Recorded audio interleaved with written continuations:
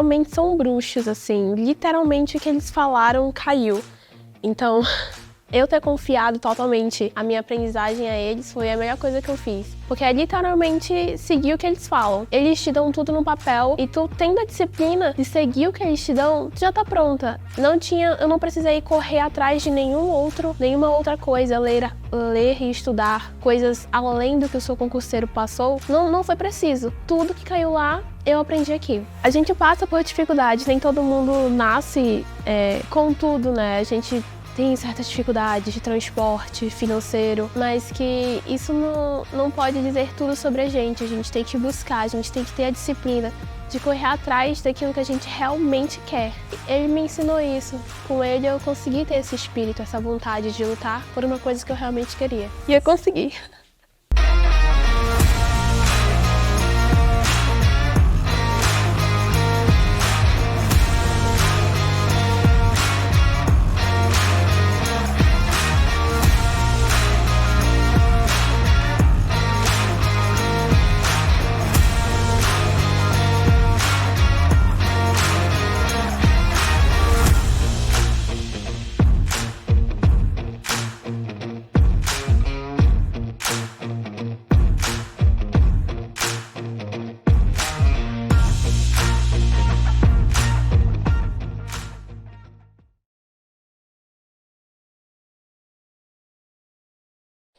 Muito bem, voltamos aqui com as nossas matérias de Direito Processual Civil, certo? E vamos começar hoje um excelente estudo, tá?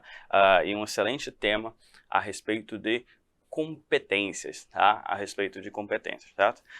Nesse decorrer das nossas aulas aqui, certo? Nós estudamos a ideia de jurisdição, certo? Nós estudamos a ideia de jurisdição, ok? Estudamos a ideia de jurisdição e falei para vocês que é o quê? Uma função estatal,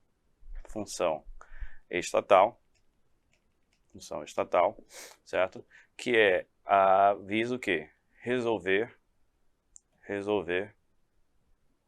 os conflitos, certo? Conflitos de interesse. Beleza? Visa resolver os conflitos de interesse, tá certo? Beleza. E aí, a gente sempre fala, né, que a jurisdição é um poder uno, certo? Porque ele é exercido por quem? Pelo poder judiciário, tá? Pelo poder judiciário, certo? Só que o que acontece? Tá? O poder judiciário é desenvolvido lá pela Constituição, ele é regulamentado pela Constituição, e ele é enorme, tá? Ele é enorme, ele é cheio de órgãos, certo? E que na busca, né, para você prestar um serviço público adequado para a resolução do conflito, certo? Nessa história aqui de competência, certo? Você vai buscar o quê? A medida da jurisdição, certo? Medida da jurisdição. Por quê? Como ela é um poder uno, todo e qualquer magistrado realiza a jurisdição. Contudo, certo? É importante sempre você lembrar, tá, que a nossa organização do Poder Judiciário leva em consideração o quê? A justiça comum e a justiça especializada, certo? E aí, quando nós temos justiça especializada, elas têm o quê? Competências definidas pela própria Constituição para resolver conflitos denominados conflitos trabalhistas, conflitos eleitorais, certo? Os conflitos da administração pública, ou da administração pública não, perdão, das relações militares, né? Os conflitos que surgem das relações militares, tá? E aí você entende a ideia de competência, tá? O conceito, né, de jurisdição, tá? O conceito de jurisdição o conceito de competência é a medida da jurisdição, tá? Na busca de uma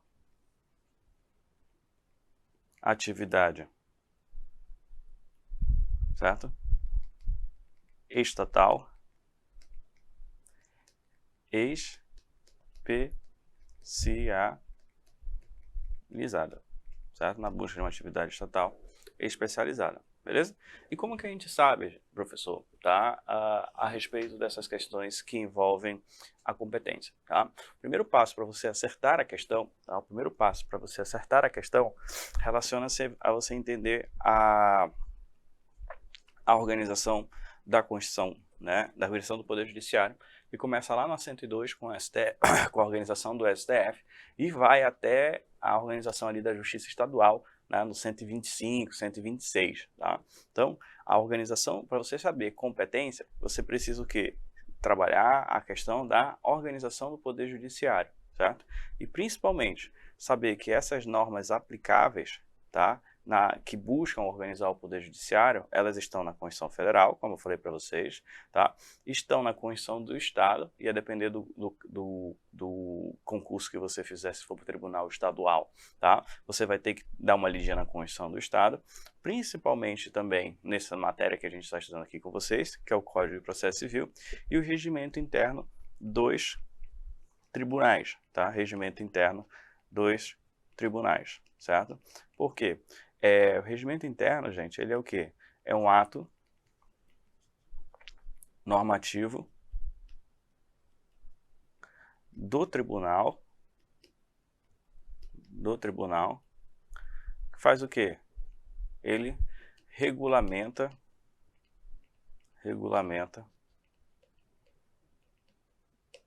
funcionamento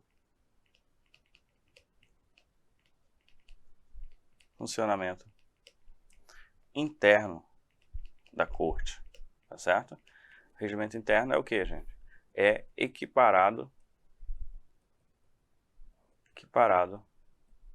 à lei, tá? Tem força de lei, certo? Tem força de lei, tá? Então, a depender do concurso, pode ser que o edital traga algumas regras de regimento interno, tá? Mas, porém, né, nós vamos trabalhar aqui a Constituição da Federal, certo? E o CPC, porque, enfim, esse é um concurso que não tem, esse é um módulo que a gente trabalha só as perspectivas de processo civil junto com aquelas que estão na Constituição, tá? Depois, né, você tem que saber os órgãos, certo? Os órgãos. Não é aula de constitucional, tá? Não é aula de constitucional, porém, né, a gente precisa sempre trabalhar com vocês a perspectiva relacionada à organização do Poder Judiciário, tá? A organização do Poder Judiciário. Por quê? Porque é importante você, né, lembrar disso. Então, olha lá, tá? Tem o STF aqui, certo? Depois você vai ter o STJ, certo? O TST, o TSE e o Superior Tribunal Militar. Aqui na Justiça Comum, a qual nós estamos trabalhando, tem o TRF e tem o TJ, tá? E aí depois você tem aqui o juízo. E aí pode ser tanto federal quanto estadual, certo? Depois você tem os TRTs, certo? E depois você tem o que aqui? Juízo trabalhista.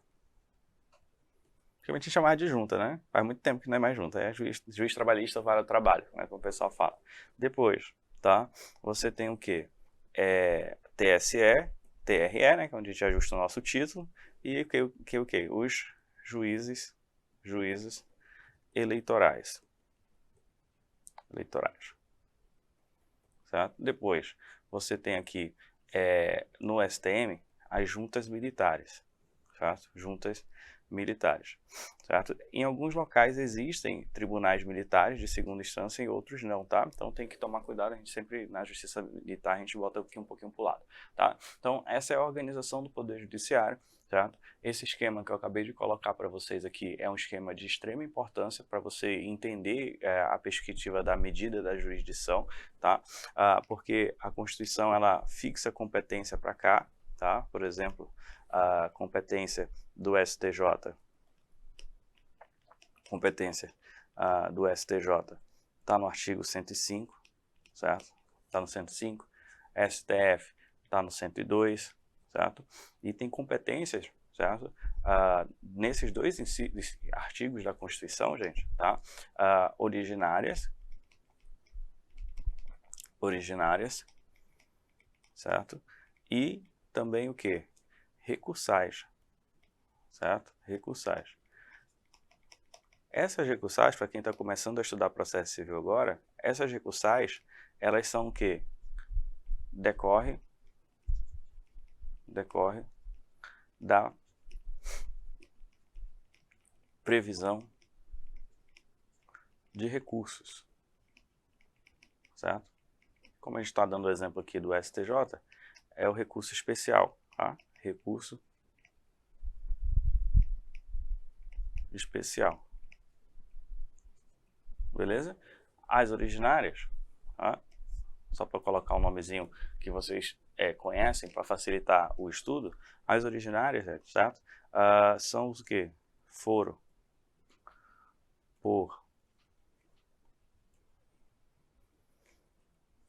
prerrogativa de função, certo? Foro por prerrogativa de função, ou, né, também pode ser chamado de competência originária, tá? Também pode ser chamado de competência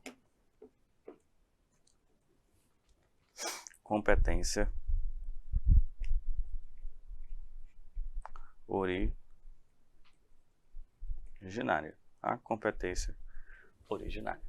Beleza? Tá? Então, essas são as perspectivas constitucionais, tá, de competência, principalmente do STF e do STJ, certo? E você tem que entender essas expressões para entenderem as matérias relacionadas à própria ideia do CPC, tá? Porque competência também está atribuída aqui no CPC. Quando a gente começar a estudar as competências específicas deles, a gente começa a ler a legislação com vocês, tá? Então, lembrar sempre dos órgãos do judiciário, né? Deixar aqui o slide de vocês sempre bem completinhos, tá? Órgãos do judiciário. Depois, natureza desses órgãos, tá?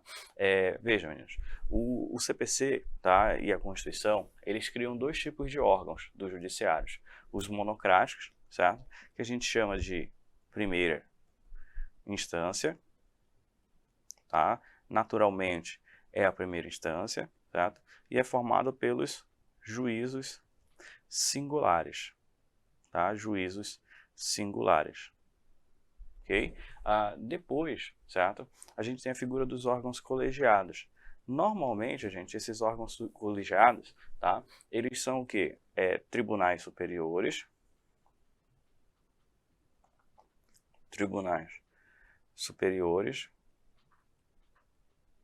certo? E o quem? Os TJs, Tribunais de Justiça, e o TRF, tá? São os colegiados. Em regra, eles fazem o quê? Julgamentos coletivos, tá? Julgamentos coletivos, beleza? Tá? Então, quando você ouvir essa expressão colegiado, tá? Colegiado, certo? Se relaciona-se ao quê? A uma forma de atuação do Poder Judiciário em que várias pessoas, né, vários órgãos eventualmente compreendem, né, auxiliam ou fazem parte do julgamento, diferente do julgamento do juiz, né, que é só ele, né, diferentemente do julgamento do juiz, que é só ele, tá bom? Então, tomar cuidado, tá? Aí a gente vai só fazer uma remissão aí no caderno de vocês, mas para vocês, né, a gente vai explicar isso com muita tranquilidade lá na parte de recursos, tá? Os órgãos colegiados, tá? Os órgãos colegiados, de forma excepcional, né? Exceção, tá? De forma excepcional, ele o quê? Podem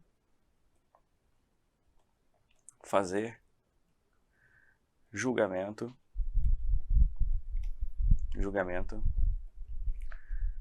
singulares, tá? Podem fazer julgamentos singulares, ou seja, né? Lá a gente chama isso do quê? De decisão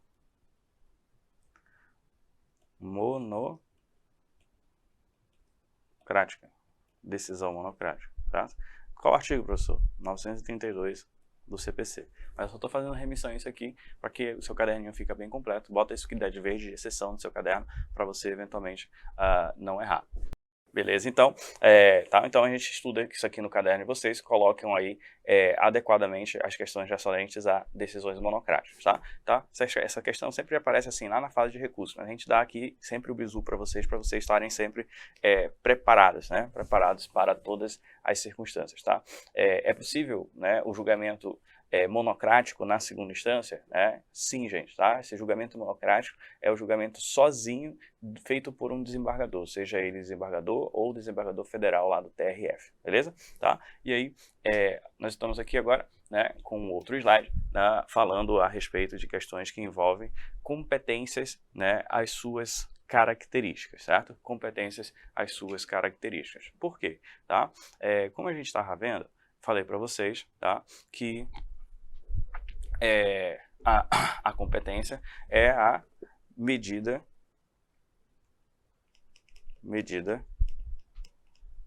da jurisdição, certo? Medida da jurisdição. Ela tem uma classificação, gente, certo? Ela tem uma classificação do que? Absoluta, classificação absoluta e relativa, certo? Absoluta e relativa. E esses questionamentos caem na prova de vocês, tá? Esses questionamentos caem na prova de vocês, tá? E aí você tem que ficar muito atento a essa perspectiva, tá? Por quê? Né? Já botei aqui que é uma classificação, portanto, porque são classificações que o legislador não, o avaliador de vocês podem buscar fazer inúmeros comparativos, podem fazer inúmeros, né, formas de você cair numa pegadinha, e a gente não quer que você erre uma questão, tá, que não é tão complexa assim, mas também é mediano, não é tão fácil também, tá? E aí a gente vai trabalhando aqui, tá? As competências de natureza absoluta, gente, tá? A competência de natureza absoluta, ela tem característica de ser um vício processual, tá? Vício processual insanável. O que é um vício processual insanável? Não admite retificações, certo? Ou saneamentos, certo? Não saneamentos, tá? Essa palavra é uma palavra bem processual, sanear o processo, tá? Sanear o processo, tá? Então é uma palavra extremamente processual, meninos, tá? Então tomem bastante cuidado com ela, tá? Porque enfim não é uma palavra que habitualmente você lê, tá? Então fiquem atentos a essas questões de saneamento, tá?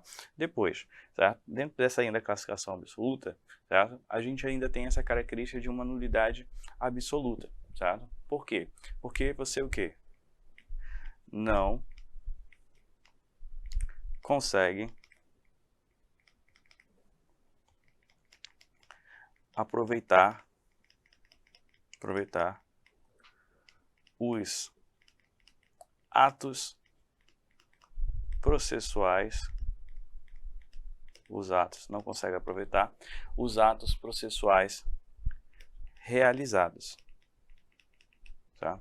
Ah, professor, realizado por quem? Tá? Realizados pelo juízo, tá? Realizados pelo juízo incompetente, tá? Quando a gente fala que o juízo é incompetente, é porque não está observando as regras de competência absoluta ou relativa, que a gente já vai ver no próximo slide, tá? Mas fique sempre atento a essas questões, tá? De nulidade absoluta, certo? Quando a nulidade é relativa, como a gente já vai ver aqui, né? A gente consegue o quê?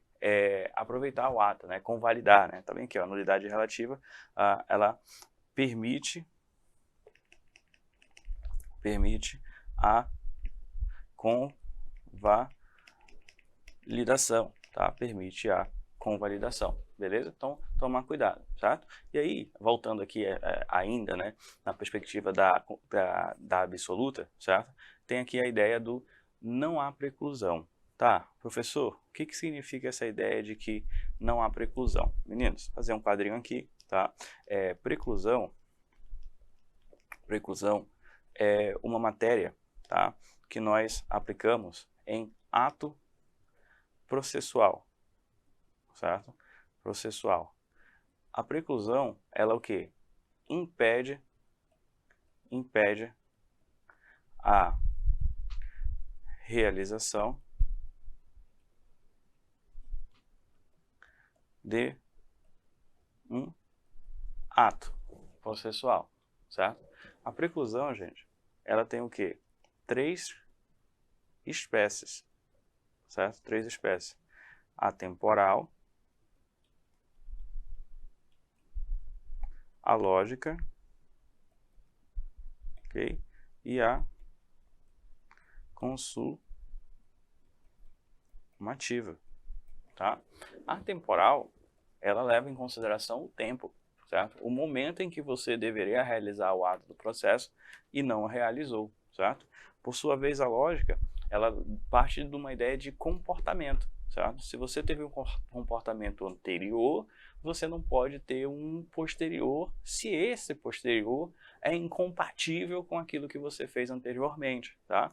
E a consumativa você já realizou o ato, né? Você já realizou o ato, tá? Você já realizou o ato do processo, né? E eventualmente não pode mais realizá-lo, tá? Então, a preclusão, ela são fenômenos, né? Chamamos de fenômenos processuais que impedem de você realizar o ato do processo, certo? E como que isso se aplica aqui na questão de competência, tá?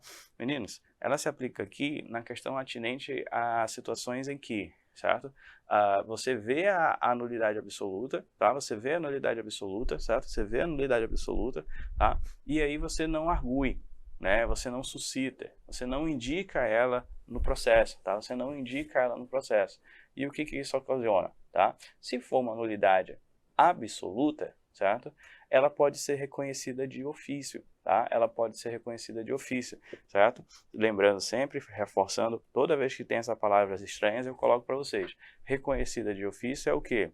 Permissão do magistrado,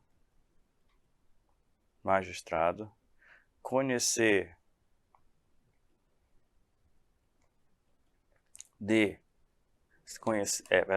analisar, né, para uma palavra mais tranquila, analisar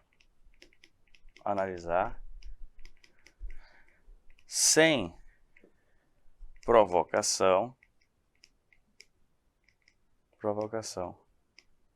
a nulidade, tá? Beleza? Ser reconhecida de ofício. Você lembra? As grandes questões processuais, certo? Para que o juiz a conheça, ele precisa ser provocado, tá? Ele precisa ser provocado. Quando a gente fala uma questão de ofício, e a gente está referindo-se aqui a uma perspectiva da competência absoluta, certo? Se você não arguí-la, tá? Seja por desconhecimento, ou eventualmente se você não arguí-la, a questão não falar que não houve arguição, sem qualquer motivo, normalmente as questões não falam motivo, elas dizem, não houve arguição disso, fica tranquilo. Essa perspectiva de nulidades absolutas, elas não precluem, o juiz pode fazer o quê? De ofício, certo? De forma diversa, é essa perspectiva aqui relacionada à competência relativa, certo? Competência relativa. A absoluta, gente, certo? O Estado, certo? Tem o interesse de zelar, né? Zelar pelo cumprimento das regras, tá? De forma diversa, é a relativa.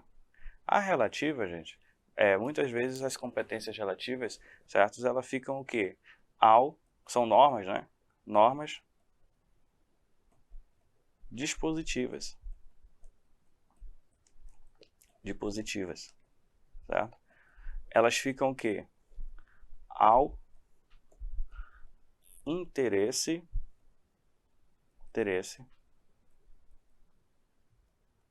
das partes. Tá? Ela fica ao interesse das partes. Bom, ela fica ao interesse das partes, tá? São normas dispositivas, ela fica às disposições da parte. Por exemplo, ela até o quê? Admitem disposições, por isso que a gente fala aqui, ó, dispositivas, né? Disposições, transações, tá? Vocês vão facilitar o estudo quando a gente for falar aí de negócio jurídico processual lá no ato do processo. Nos atos processuais a gente fala sobre essas questões que admitem disposições, tá? Então, a competência relativa, mesmo sendo uma regra de direito público, certo? Porque o processo civil é uma questão de direito público, tá? o direito público, né, o Estado permite, certo, que as partes, né, elas façam algumas disposições referentes a essas competências, tá? Diferentemente das questões absolutas. Professor, trabalhe um exemplo aí, tá? Veja, quando a gente fala de contratos, por exemplo, tá? É uma competência relativa. Por quê? Porque eu posso negociar com a parte, tá? Eu posso negociar com a parte onde nós iremos litigar com aquele contrato. É isso que a gente chama de cláusula de eleição do foro, tá? Então, quando eu assino os contratos aqui para lecionar no Sou Concurseiro e vou passar, a última cláusula tá lá, da eleição do foro, tá? Normalmente os contratos que a gente usa, a última cláusula é da eleição do foro, né? E o que significa isso, tá? Significa tão somente que quando você for litigar a respeito desse contrato, você vai ter que seguir essa regra territorial, certo? Professor, o senhor está aí no Amazonas, que é o local do seu concurseiro, é verdade. Mas a gente pode negociar eu e o concurseiro que caso a gente brigue por aquele contrato, caso exista um litígio sobre aquele contrato, nós vamos litigar lá em São Paulo, ou aí onde você está. A gente pode fazer isso, porque é uma competência relativa, tá? Diferentemente, são as competências absolutas, né? Então, por exemplo, ato contra o governador, você quer entrar com mandado de segurança contra o governador. As constituições estaduais indicam, né, que para o órgão competente é quem? O Tribunal de Justiça, né? Os órgãos competentes será o Tribunal de Justiça, tá? Será o Tribunal de Justiça. E você não pode o quê? Transigir, né? Quando a gente fala dessas admites disposições, a possibilidade, né?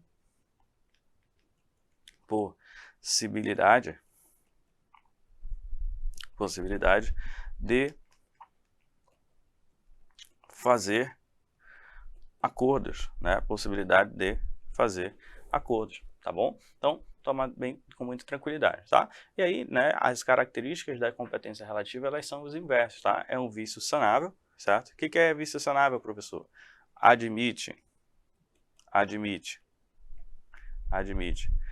retificações, certo? Retificações, ok?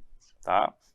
Normalmente aqui vai ter regra específica, a gente já vai ver, prorroga-se a competência, né? Aqui, ó, quando você ajuiza uma ação no Justiça Estadual e era para ser na Federal, todos os atos são nulos e manda o processo para lá. Aqui na relativa, se o nosso contrato, meu e do seu concurseiro, indica que seria o Estado de São Paulo, né, a comarca de São Paulo, responsável pela nossa análise, né, pela nossa análise do processo, tá? E a gente propôs ação aqui, eu propôs ação aqui, e o concurseiro não falar nada, o processo fica aqui, tá? Então, admite essa sanável, né, torna o vício sanável, é uma nulidade relativa, portanto que permite a convalidação dos atos, né, praticados pelo juízo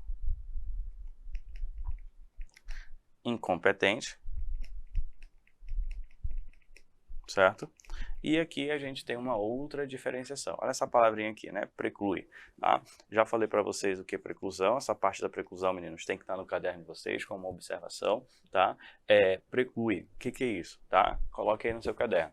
Se você não argumentar sobre a incompetência relativa, certo? Nos autos, tá? Se você não comentar, né, lá na questão, trouxer dizendo que a parte contrária, que deveria arguir a incompetência relativa, ela não argue, certo? Ela vai estar sujeita à preclusão, ou seja, certo? Não se poderá mais arguir, certo? Arguir, suscitar, defender, certo? Então, tomar cuidado, porque as questões, ela eventualmente te cobra isso e você precisa ficar muito atento a essas questões que envolvem a preclusão, né? Então, aqui, ó, tá assim, deve ser arguída pela parte, tá?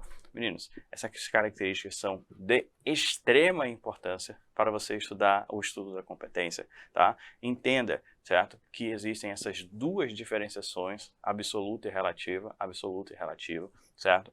Na absoluta, você vai ter que analisar sempre a partir do interesse do Estado, que o Estado tem de manter a observância geral dessas regras, tipo as competências originárias lá dos tribunais, que foi o exemplo do governador do Estado, que eu falei para vocês, tá? E ele é um vício insanável. E o que isso significa? Não vai ser corrigido. O ato processual, por exemplo, a sentença, a citação, é toda inválida, tá? Vai ter que ser realizada de novo, porque não é possível que você seja julgado por um juízo incompetente, tá? Não tem a mínima condição, tá? Não admite, tá? Óbvio que existe uma regra lá no CPC, que nessas perspectivas de competência absoluta, quando o processo vai ao juízo competente, ele pode ratificar. Mas isso tem que estar na tua questão, tá? Isso tem que estar na tua questão. Se isso não estiver na tua questão, sempre lembra aqui desse nosso slide. Vício insanável, nulidade absoluta, não há preclusão, tá? Isso tem que estar na tua questão, dizendo, ó, foi-se reconhecida a competência absoluta do juízo, foi mandada para o outro e ele convalidou. Isso pode, tá? O que não pode é o juízo incompetente convalidar os seus atos nessa competência absoluta, tá? Isso é muito importante, gente, tá? Chove em prova, tá? Tanto de nível médio quanto de nível superior ali para as atividades de analista, né? De técnico, tá? Que são aqueles eventuais concursos que nós estamos preparando vocês aqui, beleza? Tá? E a relativa é mais tranquilo, tá? E aí fica tranquilo, tá?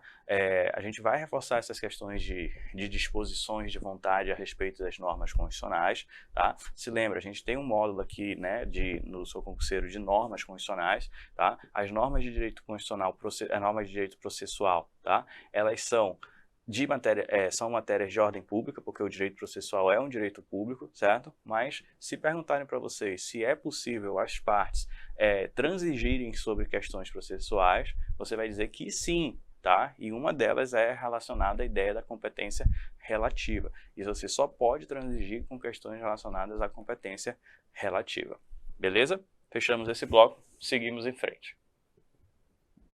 Agora eu quero aqui te fazer um convite, isso mesmo, um convite para a maior e mais completa mentoria para esse concurso público do TRT 11ª Região, que é a minha mentoria 10X aqui do Sou Concurseiro Vou Passar, tá?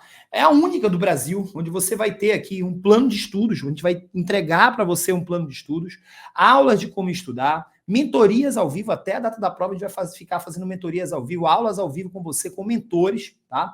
Aulas de mentalidade, videoaulas e apostilas já dos assuntos do edital, onde a gente vai focar o cargo de técnico judiciário aqui na minha mentoria, tá? E também o cargo de analista, qualquer área de administração.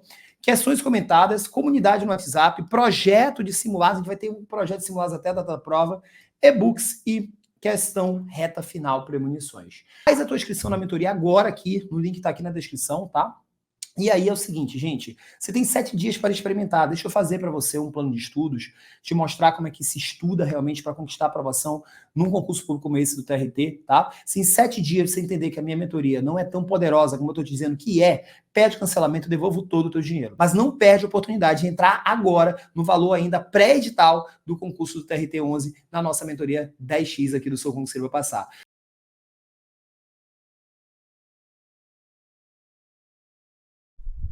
Muito bem, então voltamos aqui ao estudo, né, da perspectiva que envolve a competência, tá? E sempre tem por isso que lembrar, tá, de como é que funciona, tá, essa perspectiva da competência, gente, certo? Ah, professor, por quê? Porque ela, além dessa classificação anterior, né, que a gente estudou aqui do absoluta e da relativa, tá? Você precisa saber o que de fato refaz, né? O que de fato torna uma competência, tá? Então, para além daquelas características, tá? E aí a gente já viu que existe a classificação de competência absoluta e relativa, né? Competência, tá? Absoluta e relativa, tá? Competência, tá? Absoluta e relativa, tá? Você tem que saber quais são elas, tá? Você tem que saber quais são elas, tá? A relativa, gente, ela leva em consideração o valor da causa, certo? E leva em consideração o quê? O território, ok? O território. A absoluta, por sua vez, leva em questões referentes à matéria, certo? Leva em questão a matéria, tá? E a o quê? A pessoa ou a função, certo? Que essa pessoa exerce no ordenamento jurídico, tá? Então, toda vez que eu te perguntar, professor, qual é as hipóteses de competência absoluta, tá? As hipóteses de competência absoluta são em razão da matéria, certo? E em razão da função da pessoa. E a relativa, certo? Em razão do valor da causa, certo? E do território, tá? Quando a gente fala de matéria, gente, tá? Por exemplo, a gente cita aqui a competência da Justiça Federal, tá? Para tratar a respeito de questões o quê? Que envolve o interesse da União, né? Quando envolve o interesse da União. Então, quando a gente fala de competência em razão da matéria, é porque a Constituição Federal, né? A Constituição Federal fixou o quê? Uma matéria específica para ser examinada por determinado órgão, tá? Então, em razão da matéria, quando tiver o quê? Interesse da União, tá? Você vai saber que o quê? A competência é da Justiça Federal, tá? Competência da Justiça Federal, certo? Em razão da função e da pessoa, né? E aí tem que sempre tomar um cuidado, tá? Essa razão da função ou da pessoa, certo? Certo? Decorre, certo? Decorre da atividade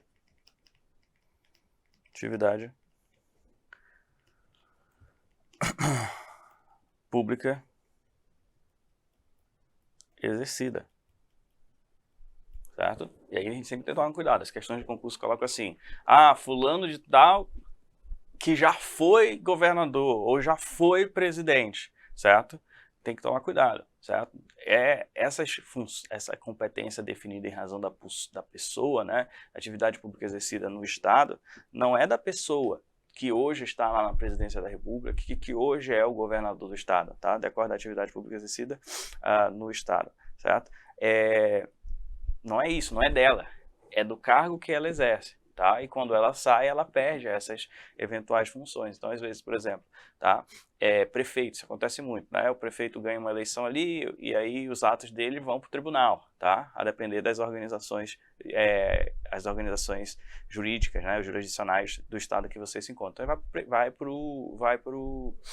pro tribunal. Aí ele não ganha a reeleição, por exemplo. Aí o processo volta para a primeira instância, tá? Porque não é dessa pessoa, não é em razão dele, fulano de tal, mas sim do cargo que ele ocupou momentaneamente, tá? Então, razão da função ou da pessoa. Isso é muito comum perguntarem de vocês, tá? A respeito das questões que envolvem, né, essas competências absolutas, tá? Se a pessoa eventualmente sair do cargo, tá? Tá? No decorrer, né, da instauração desse processo ainda, tá?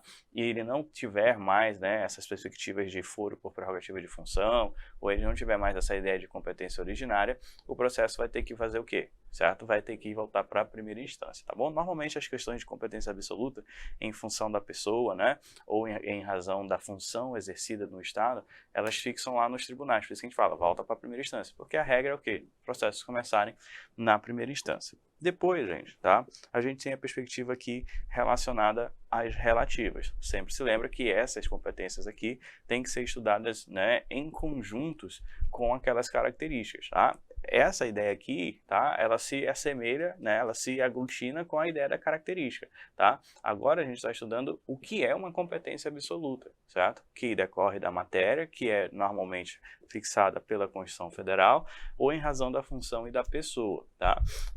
Por sua vez, tá? As competências relativas que têm aquelas características que nós já vimos, certo? Ela é fixada em razão do valor da causa, certo? E aí você lê aqui o artigo 291 e 292 do CPC, né? Que o 291 fala assim: toda causa tem um valor, certo? Toda causa tem um valor, tá? E aí isso o quê? O valor da causa ele modifica a competência. Ah, professor, mas como assim? Certo? Veja, certo? Normalmente aqui a gente dá o exemplo do juizado, tá? Juizado especial, ok? Que leva em consideração o salário mínimo.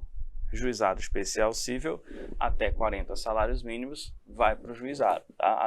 Até 40 salários mínimos vai para o juizado.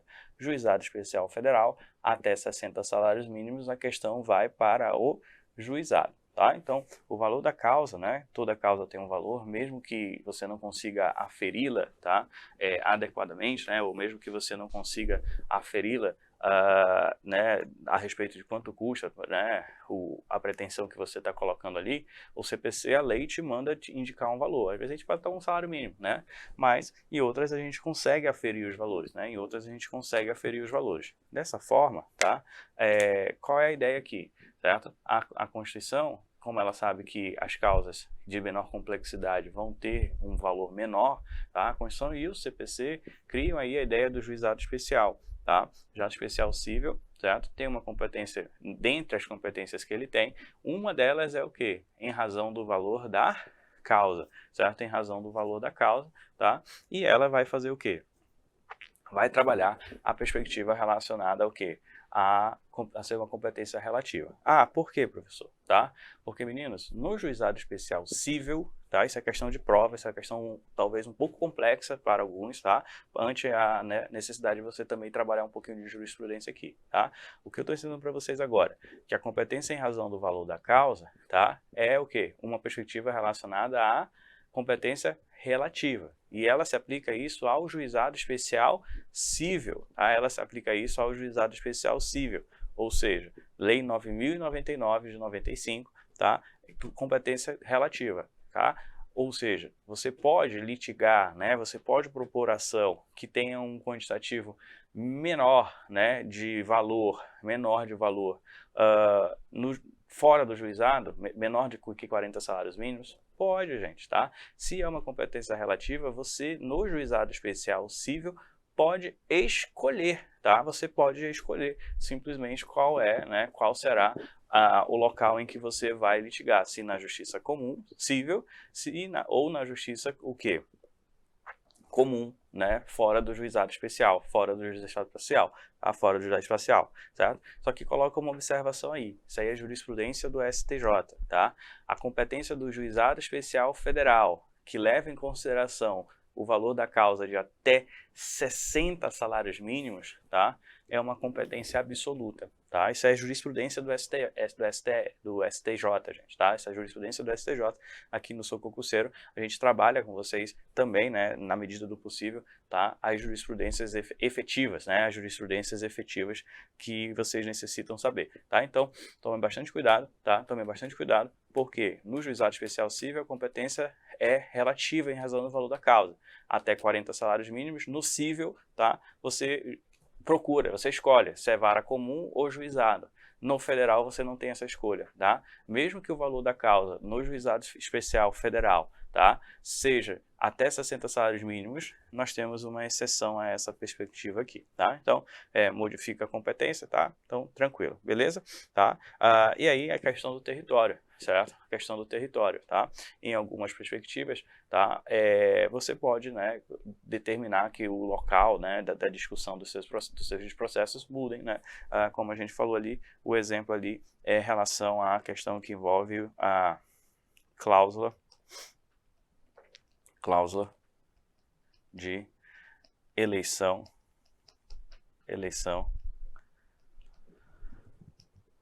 do foro, né, cláusula de eleição do foro, tá bom? E aí tem que tomar cuidado, gente, uma regra clássica de competência é em razão do imóvel, né, e aí, ó, imóvel é matéria, tem que ser no local em que ela se trabalha, tá? No local em que se encontra o imóvel, toma cuidado, tá? Porque às vezes você acha que imóvel é território, não, tá? Imóvel é absoluta, tem no local do imóvel onde que ele se encontra, beleza? Tá? Então, essas são as perspectivas que nós estudamos, tá? A respeito dessas competências, tá? A respeito dessas competências, essas absolutas e relativas, tá? Depois, a gente vem para cá, tá? Modificação de competência, tá? Aqui, antes da gente falar disso aqui, a gente precisa explicar para vocês aquilo que nós chamamos de perpetuação da jurisdição, tá? Perpetuação da jurisdição. Como assim, professor? Tá? Meninos, quem trabalha, né, com a perspectiva da competência, trabalha-se na ideia de propor uma ação, tá? O primeiro contexto, né, que você tem para buscar propor uma ação perante o judiciário é você saber, tá, para qual órgão será o competente, tá? E aí, qual é a ideia que se aplica aqui às questões da perpetuação da jurisdição? É com a distribuição, tá? É com a distribuição.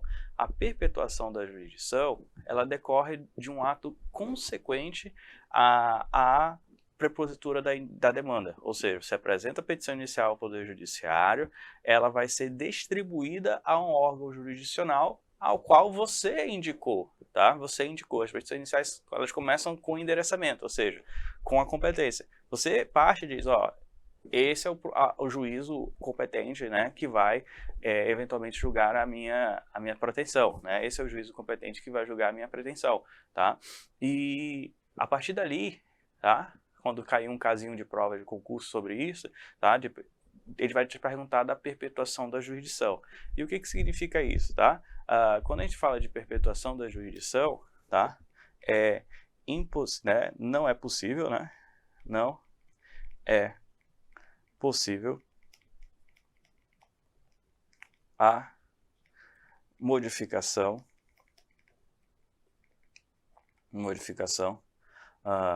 da competência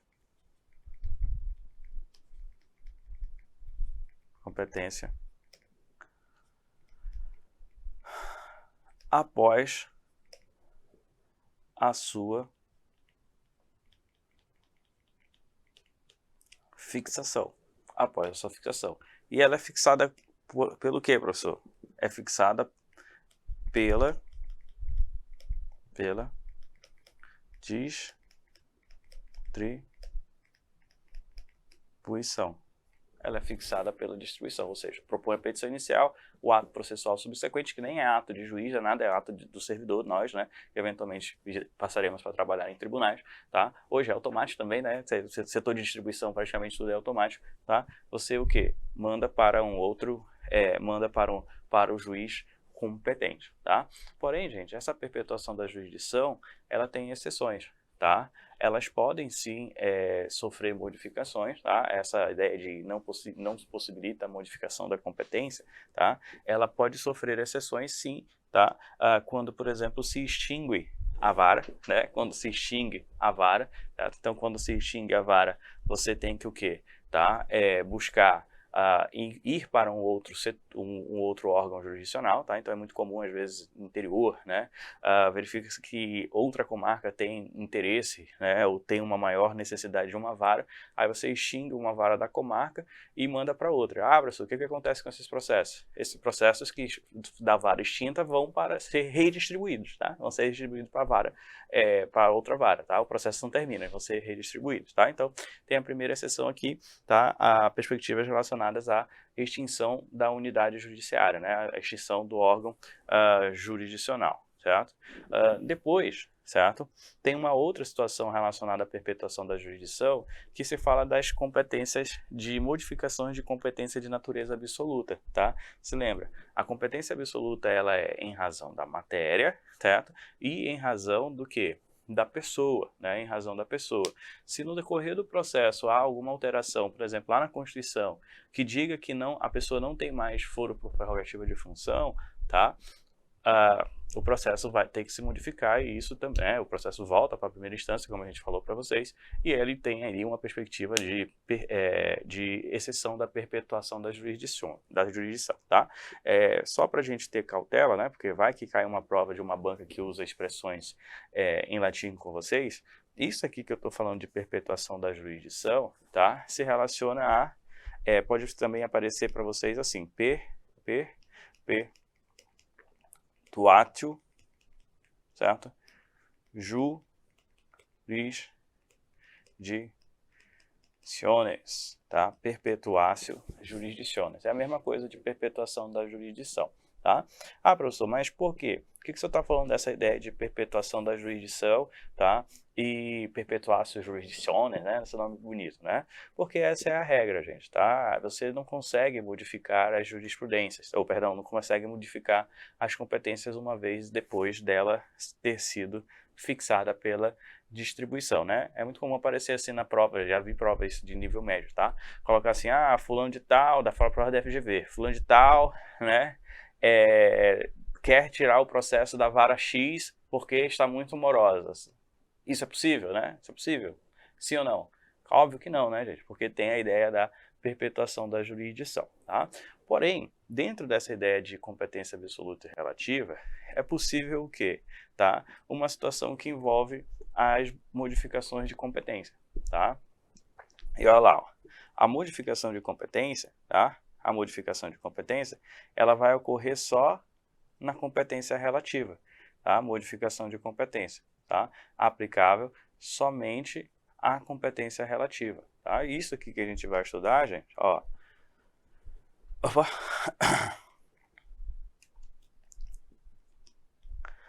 Não se aplica a competência absoluta, ok? Porque essa aqui é do interesse do Estado que ele mantenha. A outra você pode eventualmente mudar. Professor, mas como assim? Como o exemplo que eu falei para vocês, ó, pela vontade das partes, né? Você lembra do exemplo que eu comentei com vocês, de que eu e o seu concurseiro, tá? Firmamos um contrato e fixamos que a vara competente para analisar o nosso caso é a comarca de São Paulo. Por quê, professor? Né? Porque simplesmente, pela legislação, poderia ser aqui em Manaus. Tá? Pela legislação, poderia ser aqui em Manaus. Por quê?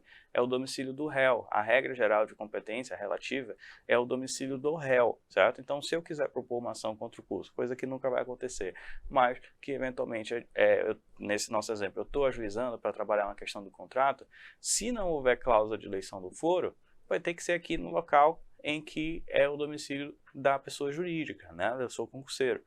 Professor, mas e se vocês fizerem essa cláusula e botar lá para São Paulo? Decorrente da nossa manifestação de vontade expressa, né? Nesse caso aqui expressa, tem o que? A previsão contratual,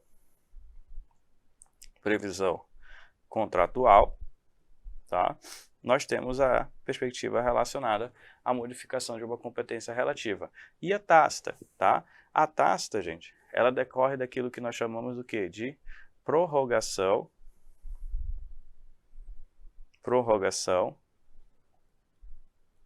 de competência, né? Prorrogação de competência, certo? Prorrogação de competência. Por quê? Olha, eu e o concurseiro firmamos um contrato em que a nossa demanda ia ser julgada pelo Estado de São Paulo, tá? Pelo Estado de São Paulo. Beleza. Pela comarca de São Paulo, pela comarca de São Paulo. Eu proponho ação aqui em Manaus, tá? Isso é o caso de uma questão. Eu ponho para processo aqui em Manaus. O que o concurseiro tem que fazer, tá? Nesse caso, gente, em que eu estou desrespeitando uma vontade das partes fixadas em competência relativa, tá? O que o concurseiro tem que fazer? Tá? Ele tem que arguir preliminar de contestação, tá? É o artigo 337. Tem que arguir a famosa incompetência relativa, tá? Incompetência relativa. Professor, mas a questão colocou lá que o réu, o seu concurseiro, nesse nosso exemplo, ele não arguiu isso, tá? Ele não arguiu isso. Tudo bem. E aí você vai ter que marcar a questão lá, gente, que vai trazer essa expressãozinha para você, ó. prorrogação de competência. Você vai ter que botar no seu caderno isso aí, tá? Prorrogação de competência, tá? Prorrogação de competência, beleza? Tá? Então, tomar muito cuidado com essas questões. Por quê? É tácita, certo? Essa ideia de tácita decorre do quê? De um comportamento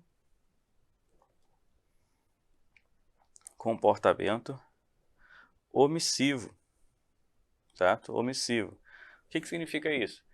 O concurseiro deveria ter arguído a exceção de incompetência relativa lá na preliminar de contestação, mas não o fez, certo? Mas não o fez. Então, tacitamente haverá uma prorrogação de competência. E o que é isso, tá? Prorrogação de competência. Juízo.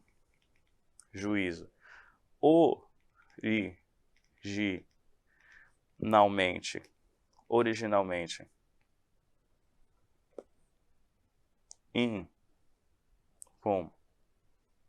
Incompetente,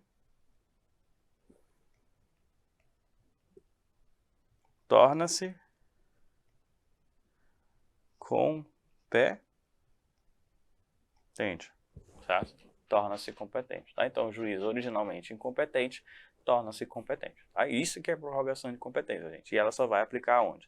Na relativa. Ela só vai se aplicar na relativa. Tá bom? E aí, né, além, né, da perspectiva dessa modificação de competência decorrer da vontade das partes, ou seja, né, de um ato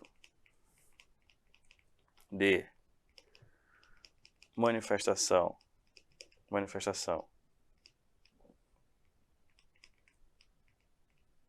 de vontade, tá? Você tem uma perspectiva que se relaciona com a lei, ou seja, a lei, tá? Disciplina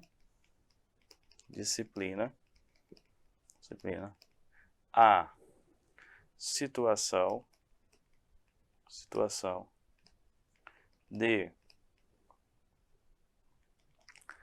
modificação de competência, tá? A lei disciplina a modificação de competência, tá? E nós temos duas situações, tá? De conexão e continência, tá? Conexão e continência. Isso aí, meninos, tá? É de extrema importância, tá? Extrema importância para o estudo do processo civil, tá? Então, olha lá, acho que tem slide aqui, né? Vamos ver, tá? Tem aqui, ó, tá? Tem conexão aqui, tá? Artigo 55, tá? Meninos, da mesma forma que tem aqui, ó, conexão, artigo 55, continência, artigo 56, tá? Nós temos um slide um pouquinho mais especificado sobre conexão, tá? Tá aqui no artigo 55 do CPC, tá? Vou ler o dispositivo para vocês, olha lá. O 54 primeiro, que era o do primeiro slide, tá? A competência relativa poderá modificar-se pela conexão ou pela continência, observado o disposto nessa seção. E olha o artigo 55. Reputam-se conexas duas ou mais ações quando lhe for comum o pedido e a causa de pedir, tá? E aí a gente tem que tomar aqui, ó. Existe uma perspectiva, gente, chamada de elementos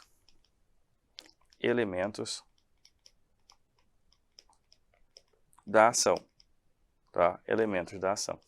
E você precisa indicar três coisas nos elementos da ação: as partes, certo?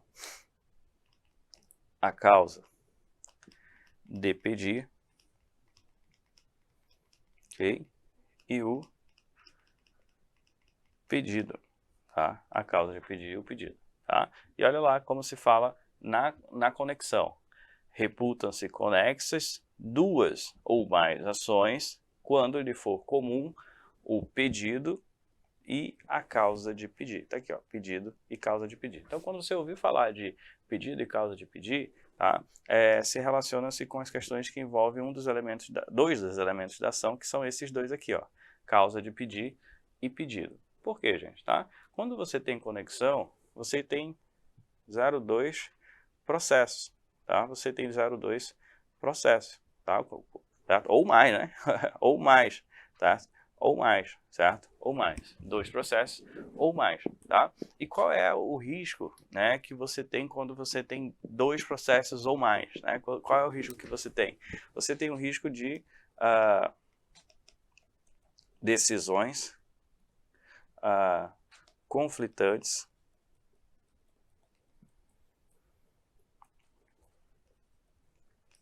a respeito de uma mesma matéria, tá? A respeito de uma mesma matéria, tá bom? Então, quando você tem, né, toda a perspectiva relacionada a 2 processos, gente, tá? A 2 processos,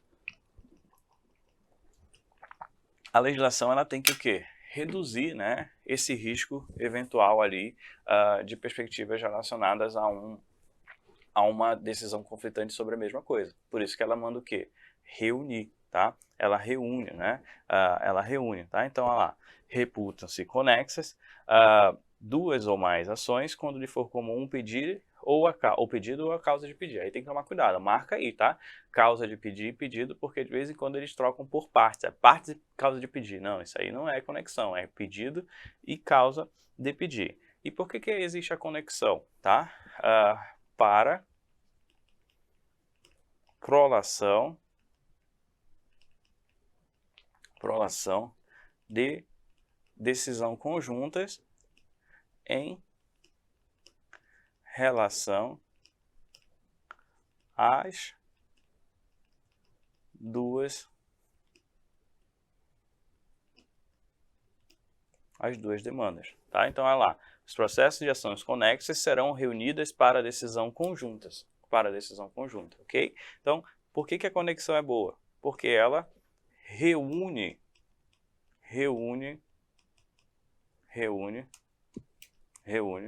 os processos, tá? Tá? Essa aqui, gente, é a regra, tá? Essa aqui é a regra, tá? Porém, nós temos o quê? Uma exceção, tá? Nós temos uma exceção. Olha lá, ó. Os processos de ações conexas serão reunidas para decisão conjunta, salvo se uma delas já tiver o quê? Sentenciado, tá? E se a questão te trouxer que existem 2 processos, um tramitou primeiro e já está sentenciado, e o segundo, tá? E o segundo ainda não haverá essa reunião. Por quê? Porque já está eventualmente o quê? Decidido, né? Já está eventualmente decidido, tá? Já está eventualmente decidido, certo? Ainda, gente, tá? Nós temos aqui uma perspectiva relacionada à conexão que nós chamamos de conexão por prejudicialidade, que é o parágrafo 3º do artigo 55. Isso aí tem chovido em prova, tá? Tem chovido em prova. Por quê? Olha lá, ó. Serão reunidas para julgamento conjunto os processos que possam gerar risco de prolação de decisões conflitantes ou contraditórias, casos decididos separadamente, mesmo sem conexão entre eles, tá? Então, a conexão por prejudicialidade, certo? Ela ocorre o quê? Ela vai ocorrer quando? Mesmo que inexista a identidade entre o pedido e a causa de pedir, tá? O pedido e a causa de pedir.